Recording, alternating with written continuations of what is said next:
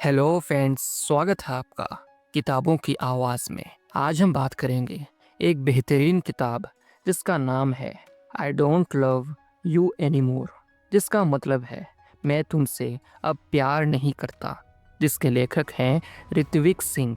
क्या कभी आपने ऐसा महसूस किया है कि किसी से प्यार ख़त्म हो जाता है, जब वो ख़ास रिश्ता जो कभी सब कुछ था अब बस एक टूटे हुए सपने जैसा रह जाता है। I don't love you anymore, मैं तुमसे अब प्यार नहीं करता, सिर्फ एक वाक नहीं बल्कि एक दर्दनाक सच है जिसे समझना और सहना हर किसी के बस की बात नहीं। इस कहानी में हम जानेंगे आयान और आरुषि की उस जटिल राह को जहां प्यार खो गया लेकिन सीख और उम्मीदें जिंदा रही। यह कहानी है टूटने की, माफ़ी की और फिर खुद को प्यार करने की। क्या आप तैयार हैं इस सफ़र पर चलने के लिए? तो चलिए शुरू करते हैं आयान की कहानी, जहां I don't love you anymore के पीछे छिपे हैं दिल के सबसे गहरे एहसास। तो अध्याय 1, वो 3 शब्द जो सब बदल गए। प्यार खत्म नहीं होता, बस खामोश हो जाता है। आयान और आरुषि की कहानी हर उस कपल जैसी लगती है जो कभी एक दूसरे के लिए सब कुछ हुआ करते थे। कॉलेज में मिले थे, पहली नज़र वाला प्यार नहीं था, लेकिन धीरे धीरे एक दूसरे की ज़रूरत बन गए। आरुषि की मुस्कान आयान को सुकून देता था और आयान की बातें आरुषि को दुनिया से अलग कर देती थी। उन्होंने साथ में सपने देखे थे, अपने घर के, ट्रैवल के और एक खुशहाल जिंदगी के। लेकिन आज वही आरुषि आयान के सामने खड़ी थी, शांत, ठंडी, थकी हुई। उसने आयान की आंखों में देखा और कहा, I don't love you anymore, मैं अब तुमसे प्यार नहीं करता। आयान को लगा जैसे कोई तेज तूफान उसके भीतर आया और सब कुछ बहा ले गया। उसका विश्वास, उसकी उम्मीदें और उसका खुद पर यकीन। वो कुछ पल चुप रहा, मानो सोच रहा हो कि ये मजाक है। लेकिन आरुषि की आंखों में आंसू नहीं थे, गुस्सा नहीं था, सिर्फ थकान थी। एक ऐसी थकान जो बताती है कि किसी ने बहुत देर तक निभाने की कोशिश की लेकिन अब और नहीं कर सकता। लेखक ऋत्विक सिंह यहाँ एक बेहद महत्वपूर्ण बात लिखते हैं। प्यार का अंत हमेशा शोर में नहीं होता, कभी कभी वो खामोश होकर चला जाता है, बिना कोई दरवाज़ा बंद किए। आयान के मन में हजारों सवाल थे। कब ऐसा हुआ? मैंने कुछ गलत किया क्या? क्या किसी और से उसे प्यार हो गया? लेकिन उसने कुछ नहीं पूछा, क्योंकि उसे लग रहा था कि शायद जवाब सुनना उससे भी ज़्यादा तकलीफ देह होगा। रात को आयान अकेले छत पर बैठा रहा। आरुषि की आवाज़, उसकी हंसी और वो सारे पल जैसे उसके सामने बह रहे थे, लेकिन अब वो सब उसकी ज़िंदगी की धुंधली यादें बन गए थे। उस रात आयान ने एक बात समझी, कभी कभी लोग हमें छोड़ नहीं जाते, बल्कि वो अपनी खुद की तलाश में निकलते हैं और हमें समझ ही नहीं आता। इस अध्याय से सीख, रिश्ता अचानक नहीं टूटते, ये धीरे धीरे थक जाते हैं। जब कोई कहता है मुझे अब प्यार नहीं रहा, तो वो कई अधूरी कोशिशों का नतीजा होता है। हम अक्सर इस भ्रम में रहते हैं कि सब ठीक है, लेकिन असलियत में सामने वाला रोज थोड़ा थोड़ा दूर हो रहा होता है। इस अध्याय के अंत में एक सवाल, क्या आयान वाकई कुछ समझ नहीं पाया था या उसने जानबूझकर अनदेखा किया था? क्या ये ब्रेकअप अचानक था या धीरे धीरे आने वाली आंधी की वो अनसुनी सरसराहट जिसे आयान ने कभी सुना ही नहीं था? जानने के लिए सुनिए अध्याय 2, टुकड़ों में बिखरा हुआ कल, जहां आयान पीछे मुड़कर अपने रिश्तों की दरारों को पहली बार देखता है।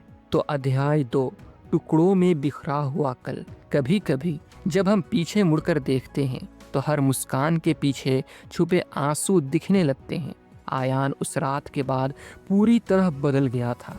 आरुषि के कहे वो 3 शब्द, I don't love you anymore, मैं अब तुमसे प्यार नहीं करता, अब उसकी हर सोच में गूंज रहे थे। उसने अगले दिन से ही उन पुरानी यादों को पलटना शुरू किया। हर तस्वीर, हर मैसेज, हर छोटी बड़ी बात जो उसने कभी नज़रअंदाज कर दी थी। और फिर धीरे धीरे उसे एहसास होने लगा, वो कॉल्स जो अब सिर्फ मैं व्यस्त हूँ में बदल गई थी। वो मुलाकातें जो पहले घंटों चलती थी अब मिनटों में ख़त्म हो जाती थी। वो मुस्कान जो पहले दिल से आती थी अब बस एक फॉर्मेलिटी रह गई थी। आयान ने कभी ये सोचा ही नहीं था कि ये सब संकेत थे। आरुषि थक रही थी, वो लड़ रही थी अकेले, वो बार बार बात करने की कोशिश कर रही थी, लेकिन आयान उसे टालता रहा। लेखक लिखते हैं, प्यार में सबसे खतरनाक चीज़ होती है आदत।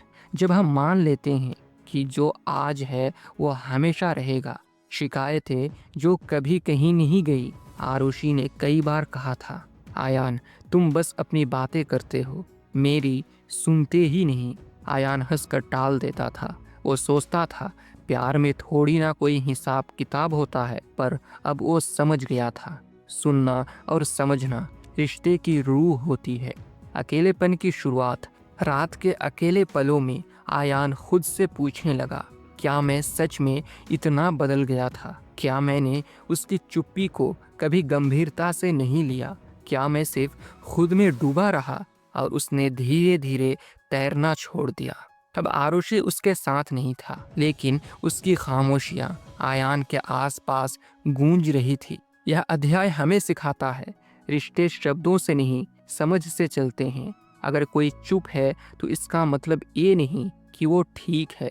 हर चुप्पी के पीछे एक टूटती उम्मीद होती है। जब लोग जाना शुरू करते हैं तो वो सबसे पहले बोलना बंद करते हैं। अध्याय के अंत में एक सवाल, क्या अब जब सब बिखर चुका है आयान खुद को फिर से जोड़ पाएगा? क्या वो अपने अंदर झांक कर समझ पाएगा कि प्यार सिर्फ पाने का नाम नहीं, देने और समझने का भी नाम है? जानने के लिए सुनिए अध्याय 3, खुद से मुलाकात, जहां आयान पहली बार खुद से आंख मिलाने की हिम्मत करता है। तो अध्याय 3 है खुद से मुलाकात। कभी कभी किसी के जाने से हम खुद को ढूंढना शुरू करते हैं। आयान की दुनिया अब बदल चुकी थी, आरुषि जा चुकी थी, लेकिन उसके सवाल अब भी आयान के आसपास मंडरा रहे थे। रातों को जागना अब आदत बन चुका था। नींद नहीं आती थी, बस यादें आती थी। उसके फ़ोन में अभी भी आरुषि की तस्वीरें थी, उसके वॉइस नोट्स और वो पुराने चैट्स जिन पर अब ऑनलाइन कभी नहीं आता। लेकिन एक रात आयान ने कुछ अलग किया। उसने पहली बार मोबाइल नीचे रखा और आईना देखा। आयान खुद से आंखें नहीं मिला पा रहा था। उसे पहली बार एहसास हुआ कि वो कितना खो चुका है, ना सिर्फ आरुषि को बल्कि खुद को भी। वो आयान जो हंसता था, जो गिटार बजाता था और दोस्तों को देर रात सुनाता था, वो सब कहीं पीछे छूट चुका था। अब सिर्फ एक चुप आयान बचा था, जो खुद से भागता रहा और अब खुद के सामने खड़ा था। अगली सुबह पहली बार बिना किसी के उम्मीद के आयान उठा, नहाया, अपने लिए खाना बनाया। उसने खुद को लिखा, आयान तुम टूटे हो लेकिन ख़त्म नहीं हुए। अब वक्त है खुद को फिर से बनाने का, अपनी खातिर। वो लिखने लगा, अपने दर्द को शब्दों में ढालने लगा। हर दिन एक पन्ना, हर पन्ने में एक जख्म और हर जख्म में एक उम्मीद।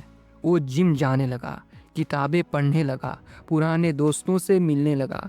धीरे धीरे वो फिर से जीना सीख रहा था।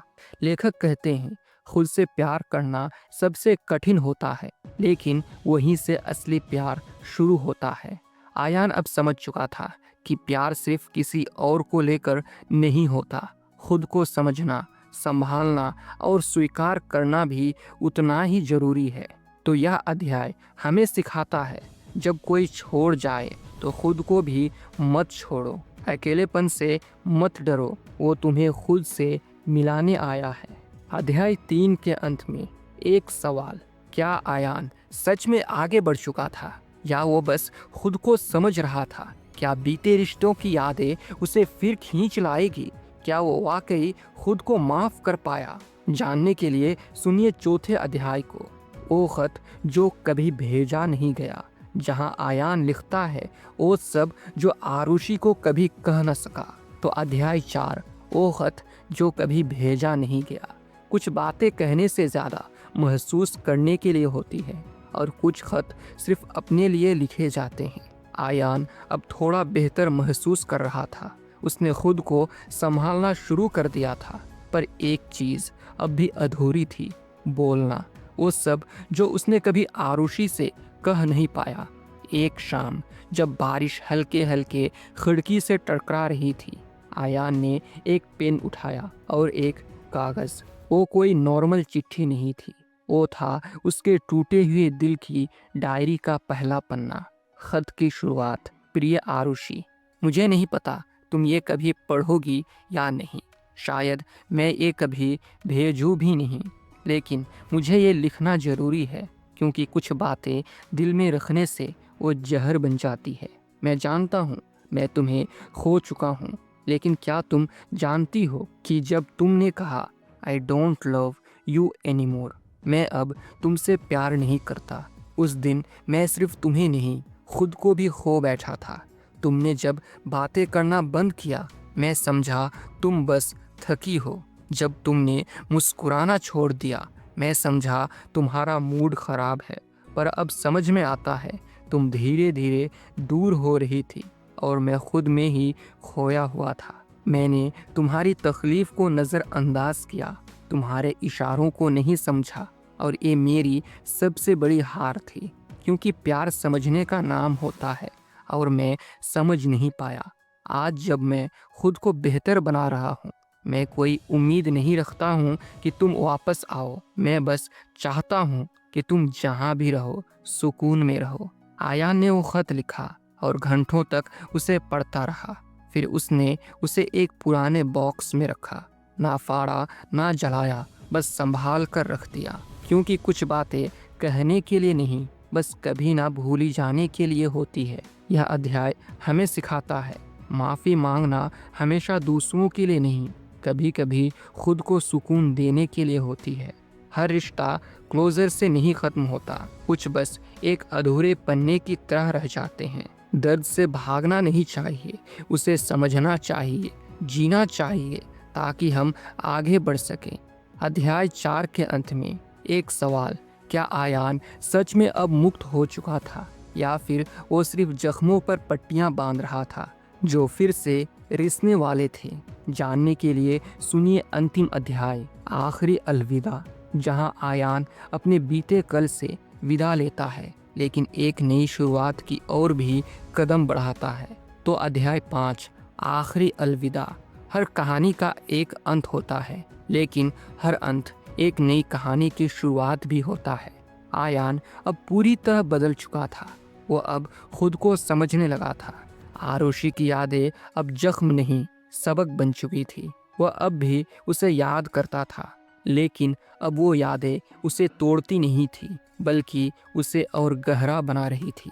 एक रविवार की सुबह आयान अपने फेवरेट कॉफ़ी शॉप में बैठा था, वहीं जहां ओ और आरुषि पहली बार मिले थे।